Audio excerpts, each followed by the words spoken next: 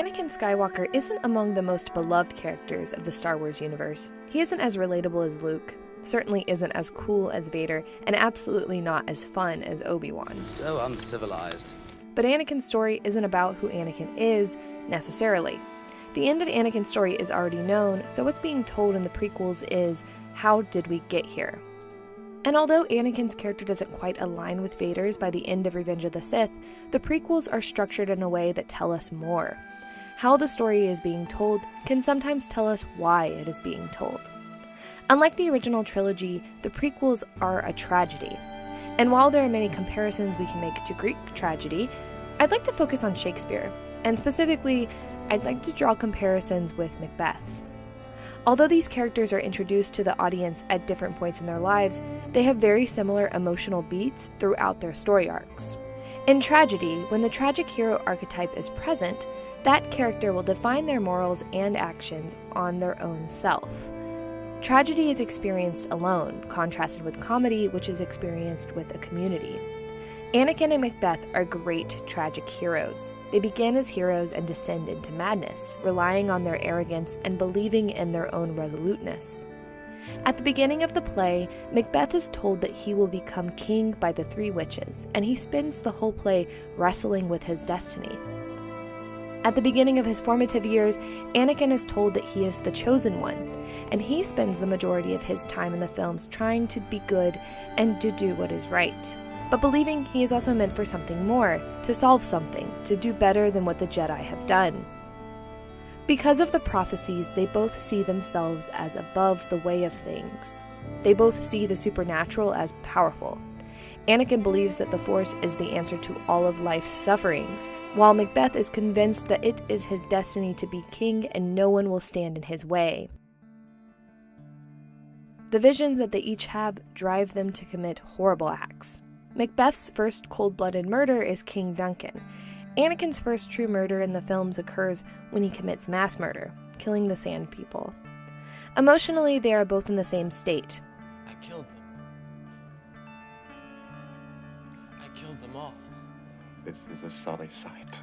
And the women in their lives help them move on past this, although in entirely different ways. The Jedi Council allows Anakin to be on the council, but refuses him the rank of Jedi Master. Macbeth is told that he is the Thane of Cawdor, and that eventually he will become king. Both men decide to take matters into their own hands.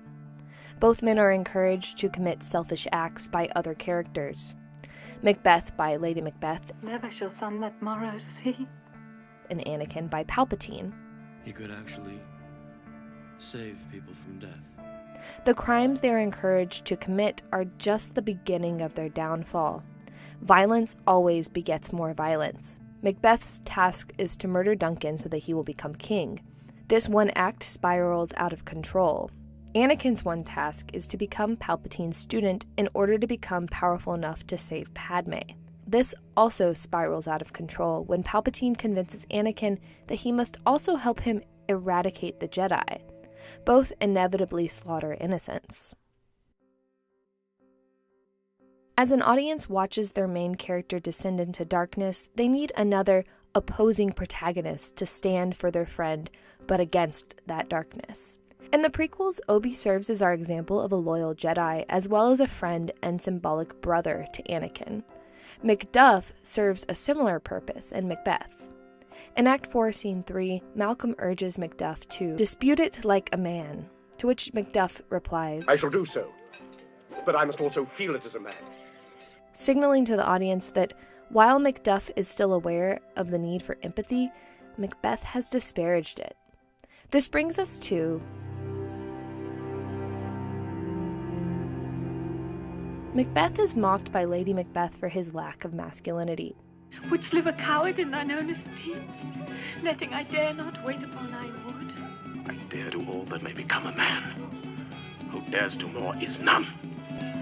When you durst do it, then you were a man. And to be more than what you were, you would be so much more the man. Lady Macbeth herself asks the spirits to unsex her, to make her more of a man than a woman so that she may not have guilt for what she is about to do. Throughout the play, the themes of masculinity are explored. What does it mean to be a man? Do men murder because of their nature? Are men born without empathy, or do they learn empathy from their mothers? By the end of the play, we can assume that the story is meant to tell us that both men and women are capable of extreme evils as well as exceptional empathies. Revenge of the Sith also deals with these themes, although indirectly.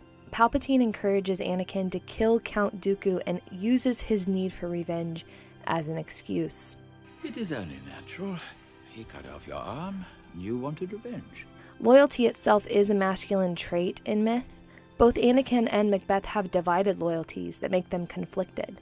Women are not usually faced with this sort of conflict. Instead, their conflict is based on feeling, not duty. From everything that we have currently seen in Star Wars, it can be inferred that the Force is female. I do not mean to say that the Force is attuned more towards women, rather that the Force is made up of traditionally feminine traits. Both Macbeth and Star Wars seem to wrestle with these ideas on what it means to be a man and to love, or to be a woman and to want power more than your male counterparts.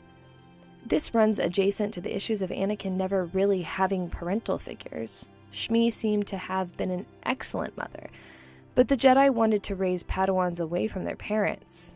Qui-Gon was a potential father figure to Anakin, but with his death, the Council raised Anakin. Anakin attempted to protect his mother, but failed. He failed not only as a Jedi, but as a man. He and Padme were never really equals, so Anakin never truly embraced or learned from Padme's feminine traits. But that's another discussion for another time. In both of their stories, the prophecy is somewhat misinterpreted. Macbeth believes he cannot die at the hand of any man born of woman. None of woman born shall harm Macbeth. None of woman born shall harm Macbeth.